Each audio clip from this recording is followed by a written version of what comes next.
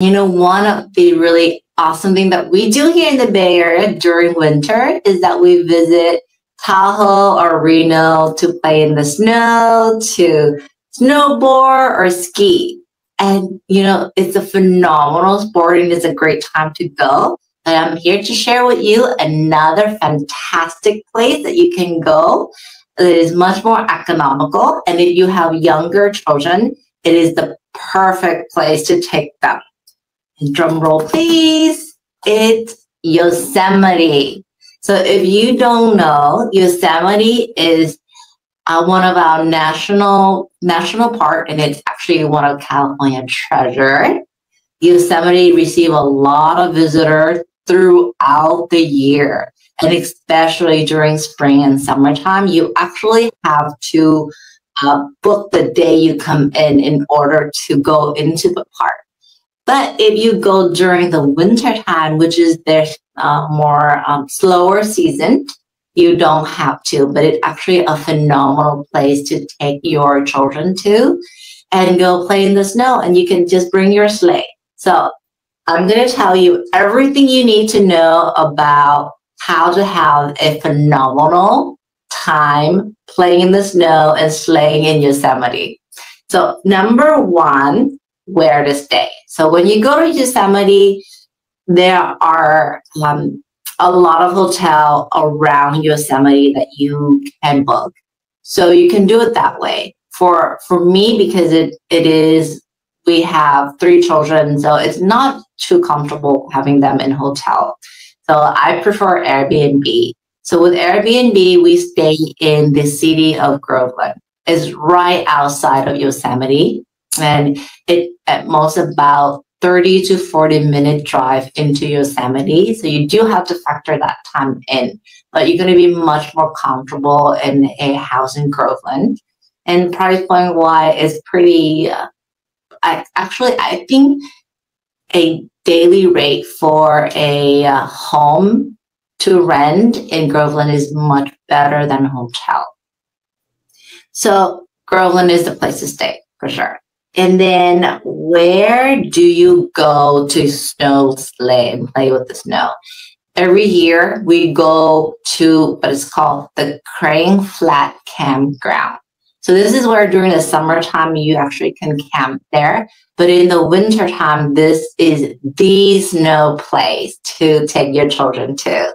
And it's very easy. It just takes about 40 minutes from Groveland into, well, depending on where in Groveland, if you're more on the edge or you're a little further out, but typically 30 minutes to 40 minutes to get to Snow Crane Flat Campground. And once you get there, usually when you first get into the gate, you're not going to see much snow, but as you get closer, you'll see more snow there. And you just go right through, park on the street, and then it is pick a place, usually right where you park. You will see multiple areas. You'll see other people enjoying the time there too. And you can actually even explore and try different area, because there are some that the slope is a little bit more gentle. Some the slope is a little bit higher. And usually these slopes are coming from the road, right? When it's snow over, the street actually get completely covered and there's no tree, right? The tree is on the side of the road. So it's perfect sleighing spot for your family. But you got to bring your own sleigh, right? Own sleigh, you got to wear your winter snowing clothes to make sure that you stay warm. You do have to bring your own food because after all, this is a national park. They're not going to have a restaurant right there for you.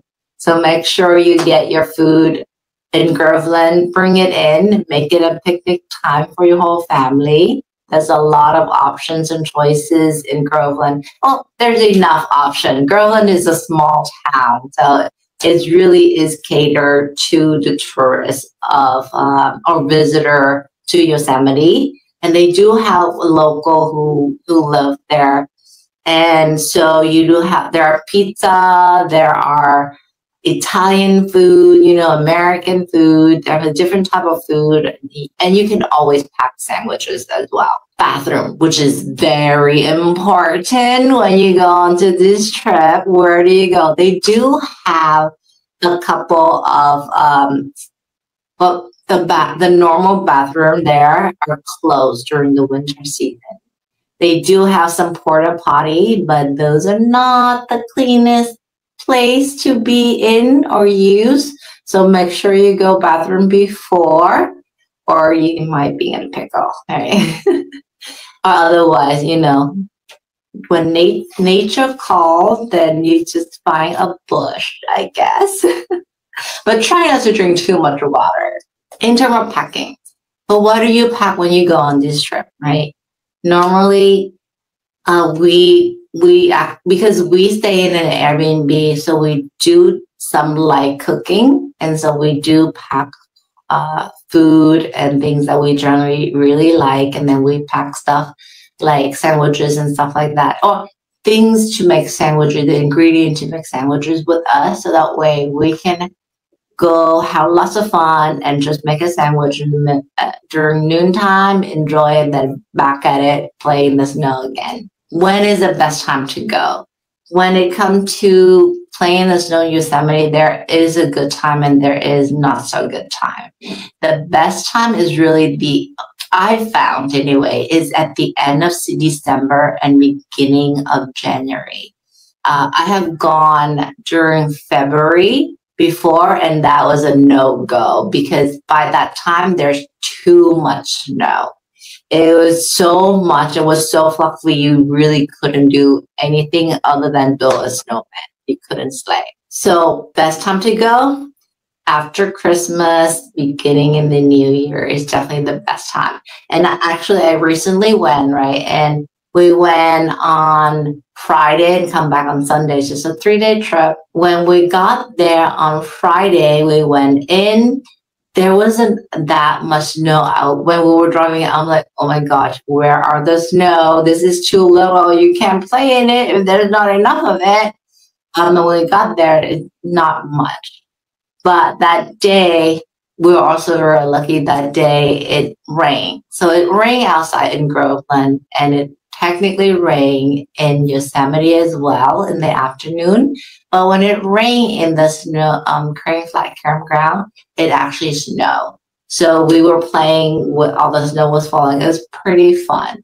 And then next day on Saturday, we come in, there was like way more inches of snow.